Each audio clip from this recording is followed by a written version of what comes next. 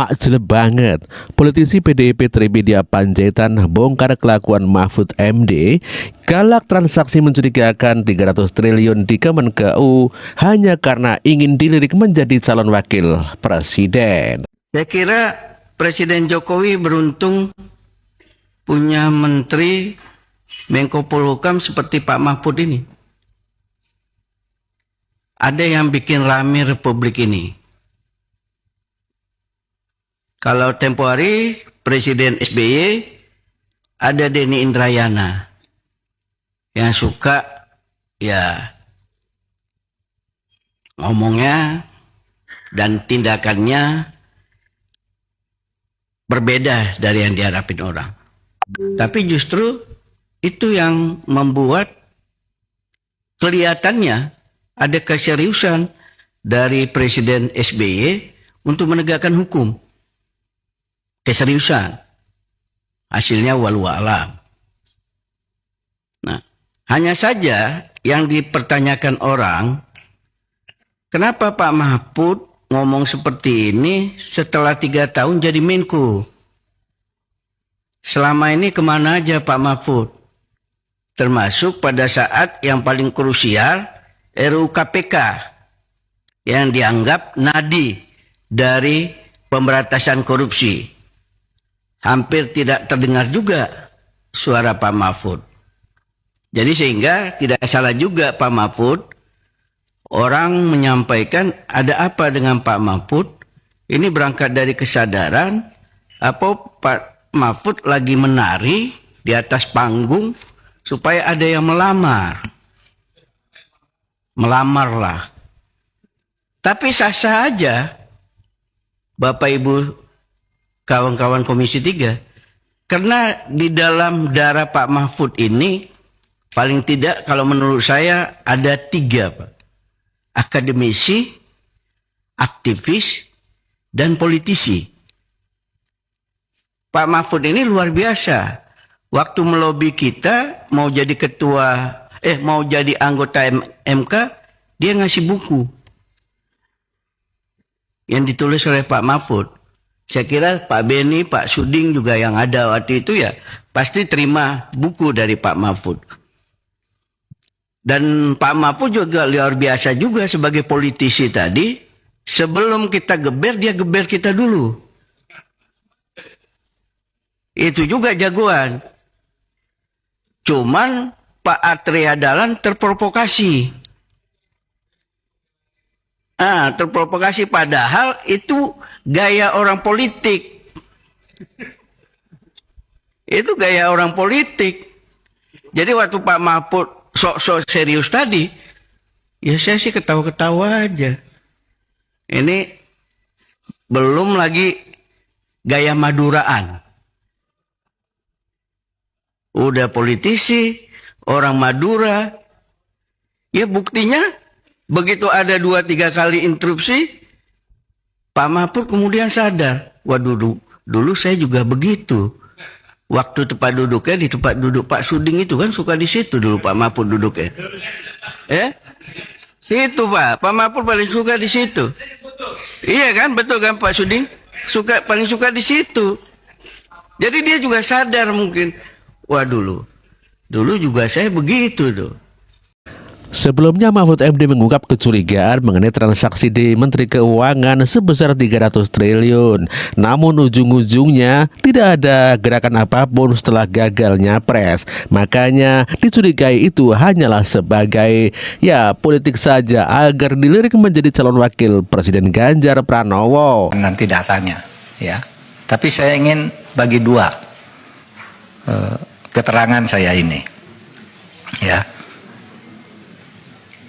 Pertama saya ingin menegakkan soal legal standing. Bolehkah Menko Polhukam mengumumkan data pencucian uang ke publik yang kemarin dipersoalkan? Saya jawab nanti. Lalu yang kedua nanti substansi tadi yang menyangkut yang sudah tadi dijelaskan oleh Ibu Sri Mulyani, sahabat saya yang sangat baik. Saya kira salah seorang menteri yang terbaik di kabinet, sehingga harus saya bantu dengan sebaik-baiknya. Saudara sekalian, saya mengumumkan kasus itu, saudara, adalah sifatnya agregat. Jadi perputaran uang tidak menyebut nama orang, tidak menyebut nama akun. Itu tidak boleh. Agregat, bahwa perputaran uang dari sekian laporan itu 249 T. Agregat. Ya. Saudara,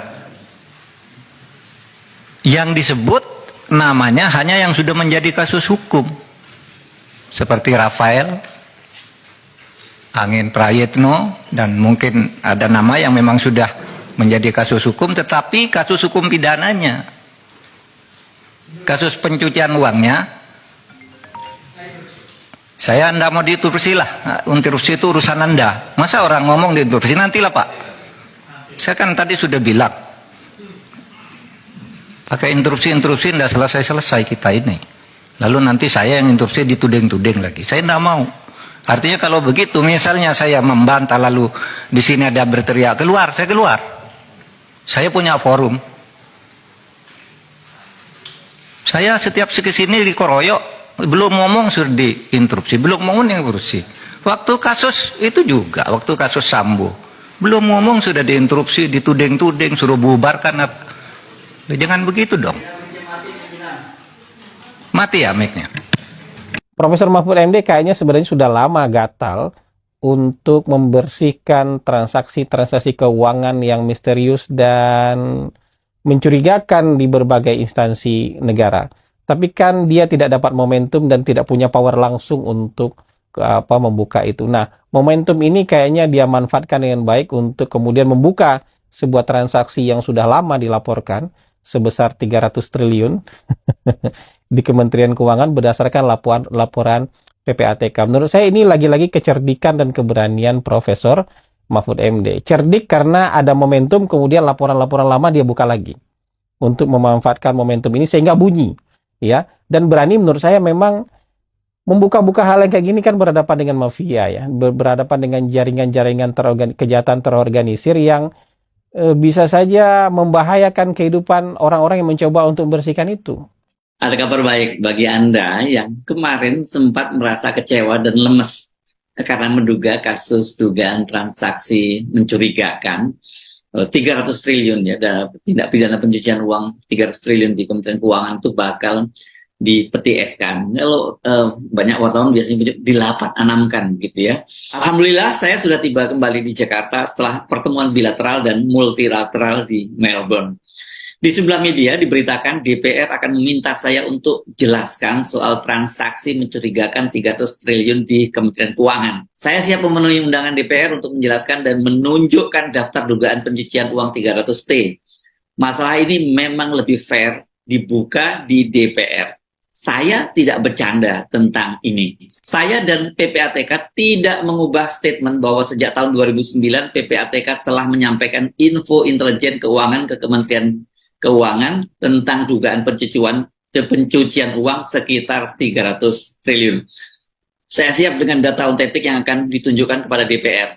Karena itu Senin besok saya menunggu undangan. Saya juga sudah mengagendakan pertemuan dengan PPATK dan Kementerian Keuangan untuk membuat terang masalah ini agar publik paham apa yang terjadi. Saya sarankan kita lihat lagi pernyataan terbuka Ketua PPATK saat jumpa pers di Kementerian Keuangan Selasa kemarin.